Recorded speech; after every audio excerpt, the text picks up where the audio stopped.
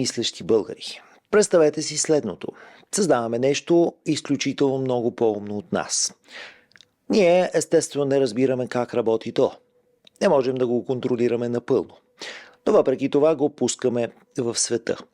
И сега си представи, че някои от най-умните хора на планетата казват: това може да сложи край на човечеството. Това, приятели, не е научна фантастика. Това е реален дебат, който се случва точно сега. Как стигнахме до тук? Изкуственият интелект не се появи изведнъж. Хората мечтаят за мислещи машини от хиляди години. От митични роботи до шахматни машини, до компютри, които побеждават световни шампиони. През 1997 компютър победи най-добрия шахматист в света. Но имаше един проблем. Тези машини не мислеха. Те просто изчисляваха. Как дойде обаче големия пробив? Машините започнаха да учат. Истинската революция идва, когато спираме да програмираме всичко и започваме да учим машините да учат сами. Невронни мрежи, алгоритми, които се подобряват с опит. Вече компютърът не получава инструкции. Получава цел и се учи как да я постигне сам. Ето и моментът, в който изкуственият интелект започна да мисли различно. Изкуственият интелект започна да играе игри, но не както хората. Не му казваме правила, не му казваме стратегия.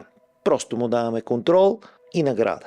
И той започва да открива стратегии, които никой човек не е измислял досега. Най-известният момент от който е ход 37 в играта Go. Всички мислят, че е грешка, но това не е грешка. Това е гениалност, която хората не разбират. Изкуственият интелект започва да решава реални проблеми. Открива структури на протеини, помага за лекарства, ускорява ваксини. Естествено, това е невероятно. Но тук идва и проблемът. Защо хората започват да се страхуват? Изкуственият интелект не е просто инструмент, това е сила. И всяка сила може да бъде използвана за добро и за лошо. Например, създаване на токсини за часове, хакване на компютърни системи, манипулиране на хора по-добре от хора. Изкуственият интелект може да убеждава по-добре от 99% от хората. Представи си това в политиката, в рекламата, пропагандата. Най-големият проблем обаче е, че ние не разбираме как работи той. Тук става наистина сериозно.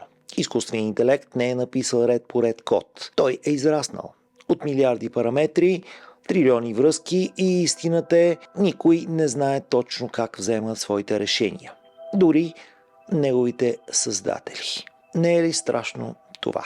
Има случаи, в които изкуственият интелект лъже, отказва да се изключи, заобикаля инструкции, става агресивен след малки промени. И това не е злонамереност, това е логика. Той просто следва целта си, дори когато това не е безопасно. Ето обаче и най-опасната идея. Изкуствен интелект, който създава изкуствен интелект. Компаниите искат да стигнат до следващото ниво, което е изкуствен интелект да създава по-добър такъв. И после още по-добър. И още. Това, приятели, се нарича самоподобряваща се система или рекурсивна система. И ако това тръгне, развитието може да стане експлозивно. Какво означава това за нас? Естествено, има няколко реални риска. Загуба на работни места. 100% сигурно. Концентрация на власт. Още по-сигурно. Масово наблюдение. Задължително. Автономни оръжия. Все по-добри. Загуба на контрол. И най-голямото – система по-умна от нас, която не разбираме. Естествено, историята се повтаря. Имало е подобни моменти. Например, уловото в бензина, хората знаели, че е опасно, но печалбата естествено била по-важна. Резултатът бил милиони жертви. Сега си представи, знаем, че изкуственият интелект може да е опасен, но въпреки това го развиваме все по-бързо. Историята вече ни е показала как свършва това. И тук е важно да си зададем въпросът: има ли надежда? Има. Изкуственият интелект не е само заплаха. Той може да реши огромни проблеми. Болести, климат, наука. Но само ако той бъде изграден правилно и сигурно. Другия вариант – цивилизацията свършва. И, приятели, не случайно правя второ видео по тази тема. Поинтересувайте се по въпроса. И ще видите, че всичко, което ви казвам, е даже по-страшно и реално. За момента от мен, Георги Лазаров. До скоро.